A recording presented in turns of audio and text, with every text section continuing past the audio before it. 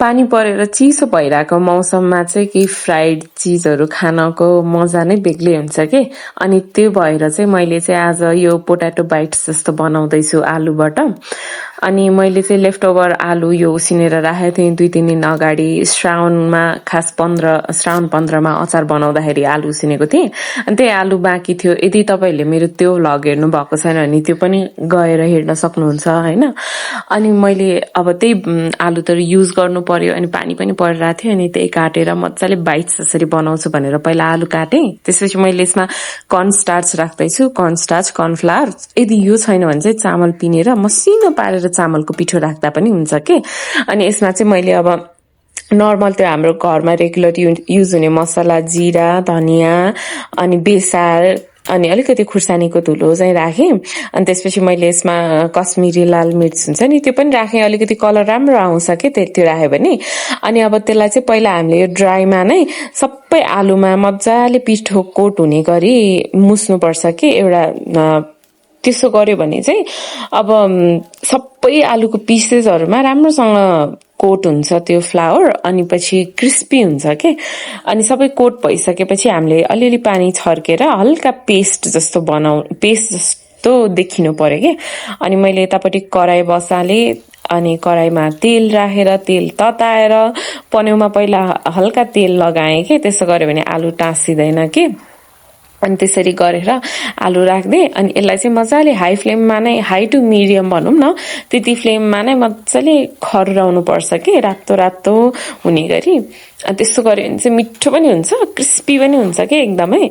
अनि राख्ने बित्तिकै तुरुन्तै चाहिँ चलाइहाल्नु हुँदैन। तुरुन्तै चलायो भने चाहिँ कहिलेकाहीँ टाँसिने, कुच्चिने हुन्छ हैन। अब यो त हामीले जस्ट आलु काटेर मात्र राखेको भएर शेप बिग्रिने डर हुँदैन। यदि हामीले अरूको शेपहरू, डिफ्रेन्ट शेपहरू दिएर फ्राई गर्ने हो भने चाहिँ त्यस्तो बिग्रिन सक्छ के। त्यही भएर राख्ने बित्तिकै चलाइहाल्नु पनि हुँदैन। अनि अब यसरी मजाले चलाउने। अनि हार्डली लाइक 4-5 मिनट्स नै लाग्छ के, धेरै टाइम पनि लाग्दैन, एकैछिनमा हुन्छ। एकदम आलु बोइल गरेर राखेको छ भने त 10 मिनटको काम हो के। 10 मिनटमा मजाले प्लेटमा तातो तातो क्रिस्पी आलु आएर खानालाई मजाले रेडी हुन्छ के। अनि मैले अब यो फर्स्ट ब्याच चाहिँ निकालेँ। मैले चाहिँ यो 2 ब्याचमा बनाउँदैछु। हामी 2 जनाको लागि मात्र बनाएको भएर धेरै पनि बनाइन। आलु पनि त्यति नै थियो। अनि त्यो रियुज पनि भयो। कस्तो पानी झरी परिरहेको थियो नि त। अनि तातो खानालाई कस्तो मनै आनन्द भएको जस्तो भएको के। अनि 2 ब्याच मैले फ्राई गरिसकेपछि फेरि दुईटैलाई एकै ब्याचमा राखेर फेरि रिफ्राई गर्ने भन्छ नि, हो त्यही गरेँ। त्यसो गर्यो भने चाहिँ आलु अझ झन् क्रिस्पी बन्छ के। अनि कलर पनि गोल्डन ब्राउन हुन्छ, मजाको हुन्छ के। अनि मैले चाहिँ यसमा अगाडि आलु मोल्दाखेरि चाहिँ नुन राखेको थिएन के। त्यो चाहिँ किन भन्दा मसँग त्यो एक्स्ट्रा कहिलेकाहीँ हामीले चाउचाउहरू खाँदाखेरि मसला नराखिरहेको हुन्छ नि, हो त्यस्तो मसलाहरू मसँग बाँकी थियो।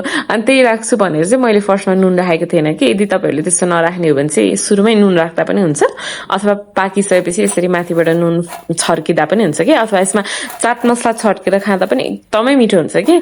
मैले चाहिँ जस्तै चाउचाउको मसला रियुज गरेँ।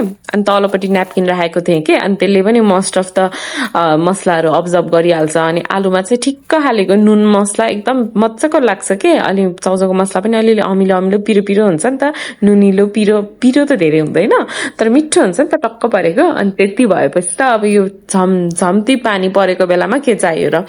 अनि अब यसरी नै तपाईँहरूले पनि बनाएर इन्जोय गर्न सक्नुहुन्छ यो पानी परिरहेको मौसममा। And I will see you guys in my next video.